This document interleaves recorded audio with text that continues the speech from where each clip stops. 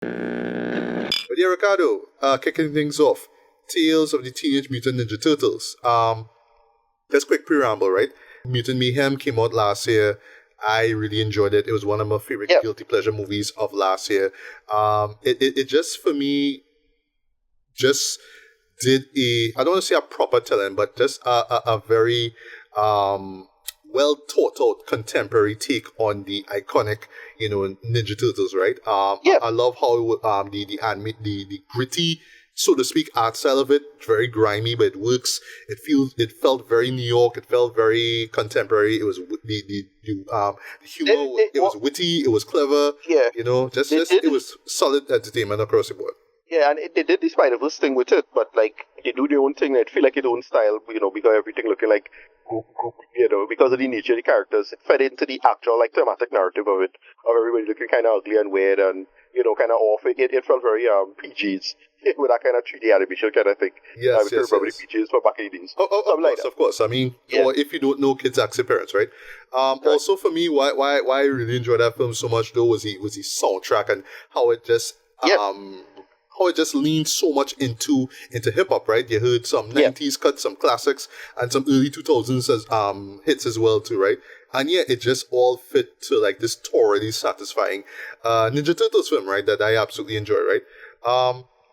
I know that we're supposed to get a sequel very soon, but I was hearing through the grapevine that we're supposed to get like a series in between, right? And it would be this one, right? I saw the trailer for it, and what really surprised me is that they weren't going for that 3D style, but more on 2D side of things, right? But still on that sort of graffiti-esque kind of style with the artwork and whatnot, right? Yeah, the same sketchy looking everything like a sketchbook kind of thing, right? Exactly. But again, just did not get the time to see it, and I just wasn't sure if it was going to be as good as Mutant Mayhem, right? But yeah, I was actually surprised that you checked it out, right? But yeah, Ricardo, take it away. And I guess if you want to, you can kick things off with just how you still feel about Mutant Mayhem. Yeah. I thoroughly love Mutant Mayhem. I mean, the same year, it was what, the 50th anniversary of hip hop. So that was the same year as, or right before that. So it was the same year as. No. It was same year. It was right. Yeah. Mm-hmm. Right. So yeah, it was that. We just got a lot of stuff. This was right before all the Diddy stuff come out. So Diddy was riding high. Right before the big fall. But you get sort of Bad Boy Entertainment material and that same year we get Transformers. So that had a lot of good. Also from Paramount and also celebrated hip hop too with its soundtrack. Right. Very 90s. Right. Yeah. Just a great 90s soundtrack. A lot of it worked. And yeah, this was excellent. And mostly we loved it because of they actually for the first time we got a really good sense of them being teenagers. With the voice work, I think the actual voice actors were teenagers as well. So that fed into it, but it does get into the how teenagers are in terms of their randomness and arbitrariness and personalities and trying to one up each other and not being children but not being adults as well, right? They really get the adolescents really good in this. Just solid story, simple. Ice Cube was pretty good in it, I remember. Ice-T was the voice for the villain. No, it was Ice Cube. Ice Cube. I thought it was Ice-T at first, but then it's Ice Cube. Yeah, it's Ice Cube, right? Yeah, and it's just a solid story. There's a solid take on the turtle stuff. It pulled from reasonably deep Turtles lore, mostly comic stuff, if you know some of that. And yeah, I thoroughly loved it. And so yeah, I was saying, good. This should hopefully get a sequel. It works, and we got that. We get this kind of in between sequel stuff of them going back to school. Eddie comes back as April O'Neil. She is really doesn't get too much, I think, in this, but she comes back for a early episode with Leonardo, and then a couple episodes later. It's good. So what they do with it is that, all right. So the first thing unfortunately, they obviously couldn't get back Jackie Chan as Master Splinter. So what they did this. Like, if I find it funny, it's Nickelodeon animation stuff, so this stuff is for kids.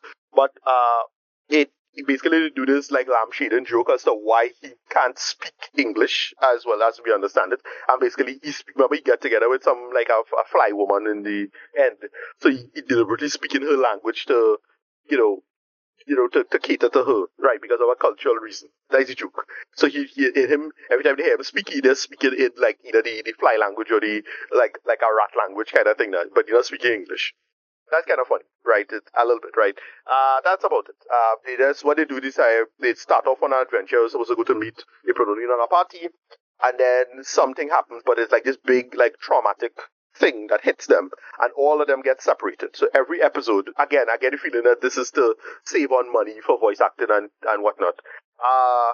Every episode is them bouncing off each other. Oh, right. Every episode, them separately having to deal with this threat, and this new threat is this woman named Bishop who sent out a bunch of robots, and she hates mutants. And so the idea is to hunt down mutants with these robots, and every one of them individually gets an individual episode in the first 4 episodes to tie together what's going on. And then they come together later on in the thing to sort out what's going on with Bishop.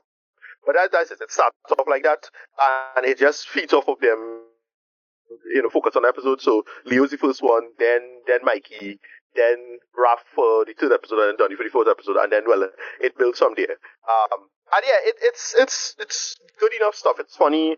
I don't think it's super funny because it's not the A material, but it's still the B material, but it's funny for TV show stuff. So it's like, okay, it works as a series. Usual series stuff where the quality kind of drop.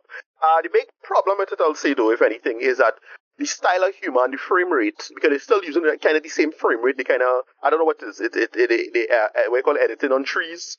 They're still doing that, but that worked really well for, again, the like kind of plasticine, kind of stop motion look that he was going for in the movie, the PG's look.